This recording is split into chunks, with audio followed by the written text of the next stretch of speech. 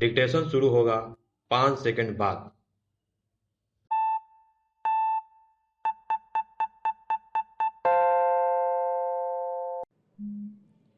Start. सभापति महोदय, आज हमारे देश में जो ऊपर से लेकर नीचे तक शिक्षा दी जा रही है, उसमें व्यवस्था ही एक कारण है जिसकी वजह से शिक्षा का स्तर गिरता जा रहा है।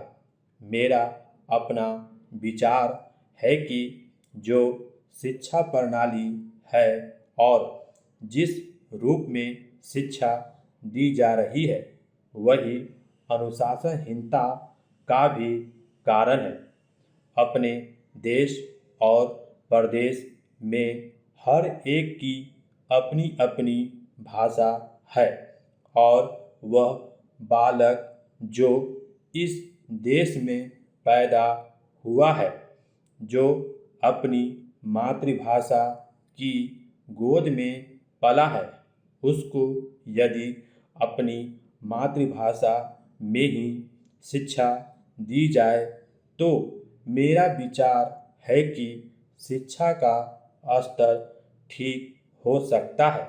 जो सबसे बड़ी भूल और कमी सरकार के द्वारा दी जाने वाली शिक्षा के संबंध में हो रही है, वह यह है कि बालक की मातृभाषा में शिक्षा न देकर उसको उस भाषा में शिक्षा देने की व्यवस्था की गई है, जो हमारे देश या प्रदेश की भाषा कभी रही ही नहीं।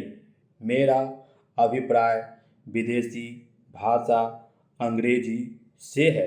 मैं यह मानकर चलता हूँ कि जब से यह भाषा इस देश में आई है, चाहे वह किसी कारण से आई हो, इसे आप भी और इस माननीय सदन के सदस्य भी जानते हैं कि उससे बुरे परिणाम ही निकले हैं।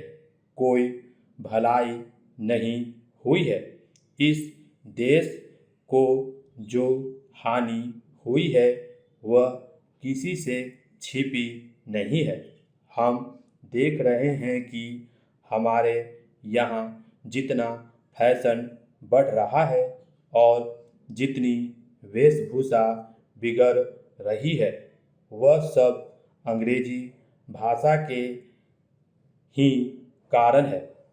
जिस समय यहाँ पर अंग्रेजों का राज था, प्रायः यह देखने को मिलता था कि वे लोग जो विशेषकर के किसी न किसी तरह से सरकारी पक्ष के ही होते थे, अंग्रेजों से मिलने के लिए जाते समय अंग्रेजी वेशभूषा का ही प्रयोग करते थे।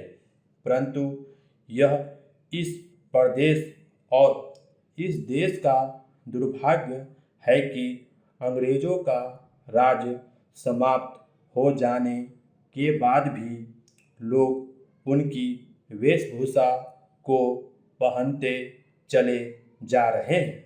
इससे जो प्रभाव हमारे देश के फैशन पर पड़ा, उससे लाभ के बजाय हानि ही हुई है और हो भी रही है।